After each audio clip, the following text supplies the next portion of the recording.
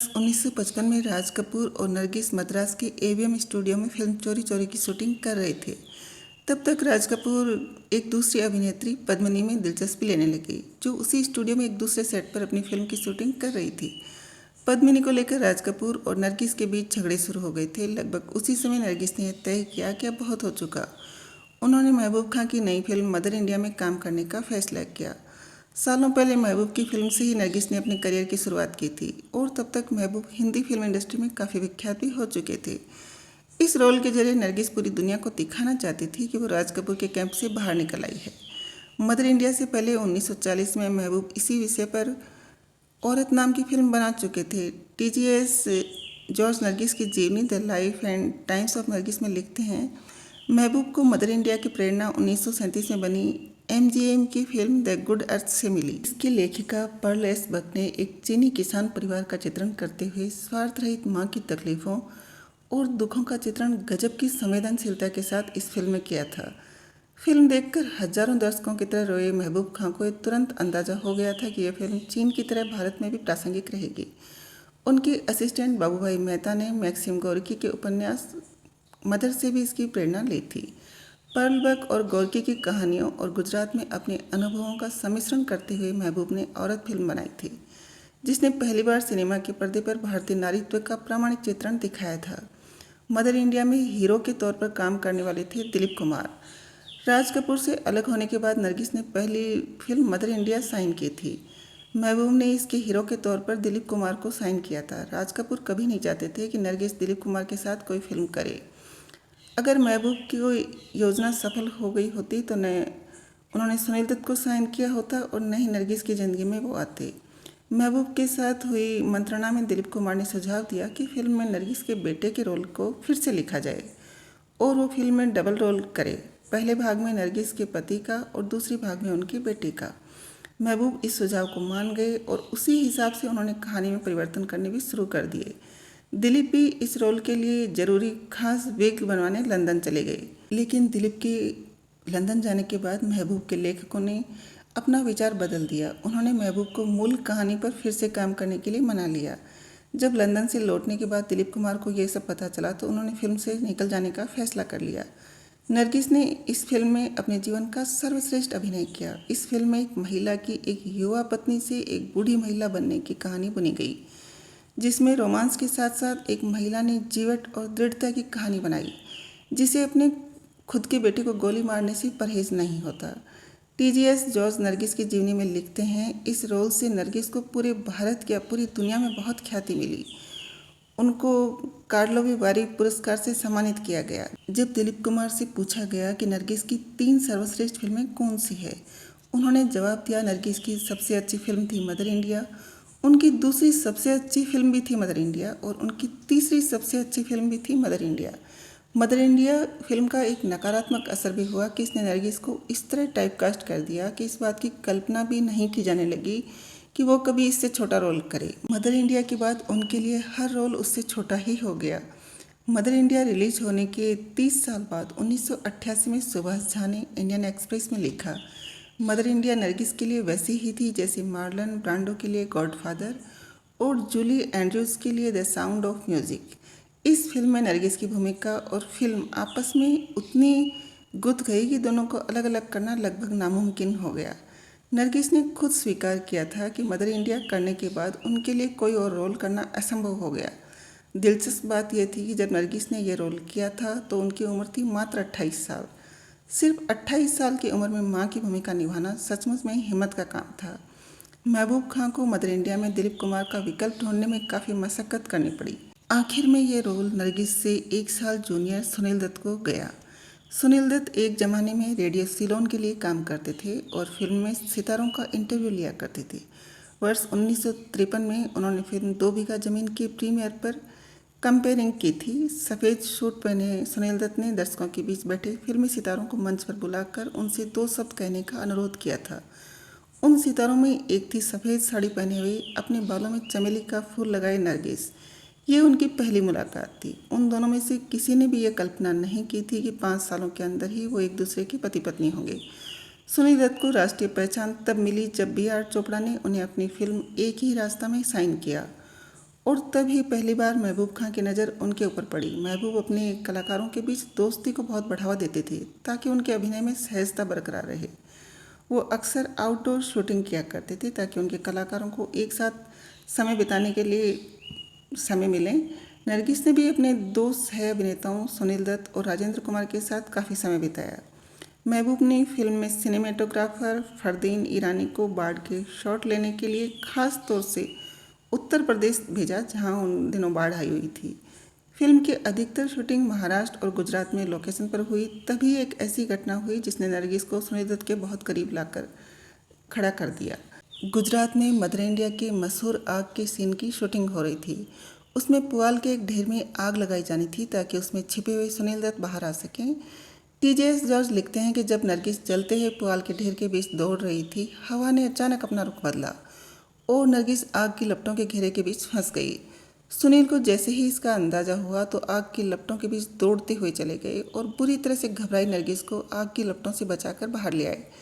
इस प्रयास में सुनील दत्त खुद भी जल गए। सुनील दत्त के इस जीवट में नरगिस के मन में उनके प्रति प्यार जगा दिया। बाद में नरगिस ने अपनी डायरी में लिखा, अस्पताल में हमें पैथेडिन के इंजेक्शन दिए गए जिससे हमारा दर्द कम हो गया और हमें नींद आ गई। जब भी कोई मेरे पास आता तो मैं यही पूछती, सुनील कैसे हैं। मैं जानती थी कि मुझसे ज़्यादा बेचैन सुनील थे। 2 मार्च को मैं उन्हें देखने उनके कमरे में गई। उनका चेहरा, पेट और हाथ सब जले हुए थे और वे काफ़ी तकलीफ़ में थे।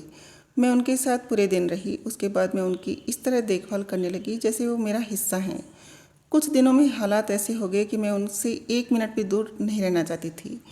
ये मेरे जीवन के सबसे हसीन दिन थे। इसी बीच एक और घटना हुई जिसने सुनील दत्त और नरगिस को करीब ला दिया। एक बार शूटिंग के दौरान नरगिस को लगा कि सुनील दत्त बहुत उदास हैं। जब नरगिस ने इसका कारण पूछा तो सुनील ने बताया कि उनकी बहन रानी वाली को टीबी है और वो एक बहुत कठिन जीवन जी रही है। नरगिस चुपचाप वहाँ से उठी और सुनील दत्त के फ्लैट पहुँच गई।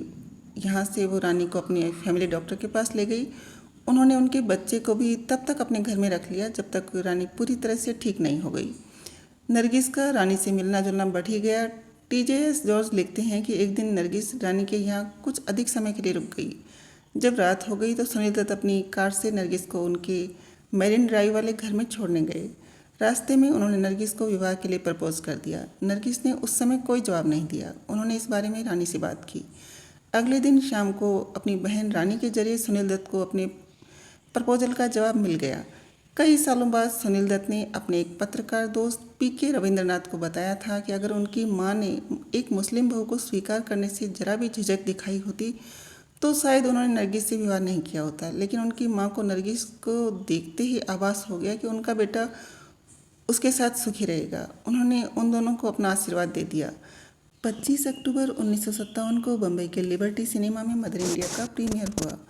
उस समय सुनील दत्त वहाँ मौजूद नहीं थे। उस दिन नरगिस ने अपनी डायरी में लिखा, सबसे पहले मेरे परिवार के कुछ सदस्य बच्चों के साथ मदर इंडिया देखने गए। मैं रुकी हुई सांसों के साथ उनके वापस आने का इंतजार करती रही। जब वो लौटे तो मैं देख सकती थी कि वो सब बहुत रो चुके थे। IS जौहर मेरे यहाँ हाँफते हुए पहुँचे। वो शो देखने पर सीधे आ रहे थे। वो इतने उत्तेजित थे कि उनके मुँह से शब्द नहीं निकल रहे थे।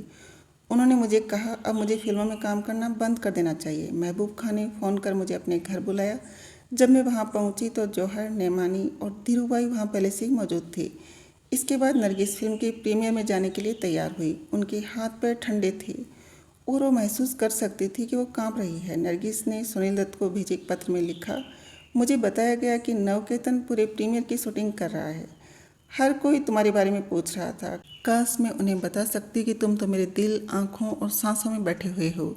जैसे ही एक बूढ़ी औरत के रूप में पर्दे पर मेरा पहला दृश्य आया, लोग ताली बजाने लगे। मैंने तुम्हारी घड़ी अपने दिल के पास रखी थी। लोगों को पिक्चर पसंद आ रही थी। इंटरवल के दौरान अनवर ने मेरे पास आकर कहा, गोल्डी हॉल में घुसते हुए मेरा एक और शॉट लेना चाहता है। फिल्म में तुम बहुत सुंदर लग रहे थे। फिल्म में तुम अपने रोल से बहुत खुश नहीं थे, लेकिन लोगों ने बिरजू के रूप में तुम्हें बहुत पसंद किया। मैं इसके लिए ही प्रार्थना कर रही थी। नरगिस ने तब तक मांस और अंडे खाना छोड़ दिया था। उन्होंने प्रण किया था कि वो सुनील दत्त से शादी होने तक शाकाहारी रहेंगी। इसलिए जब मदर इंडिया के प्रीमियर के मौके पर महबूब खान ने भोजन करवाया तो नरगिस ने सिर्फ रोटी के साथ अचार खाया। 11 मार्च 1958 को नरगिस और सुनील दत्त की शादी हुई।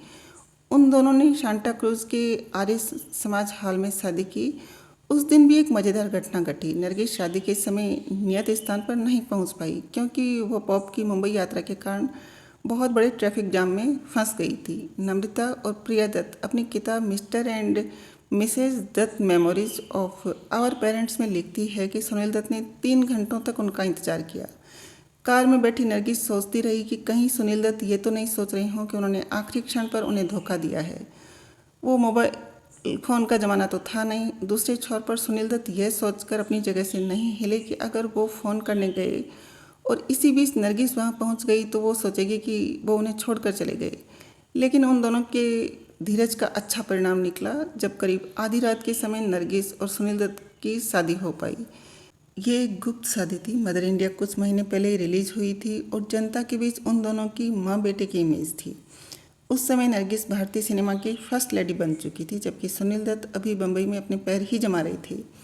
इसीलिए कई जगह लोग कहते पाए गए कि सुनील दत्त ने उनके पैसे और शोहरत के कारण उनसे शादी की है।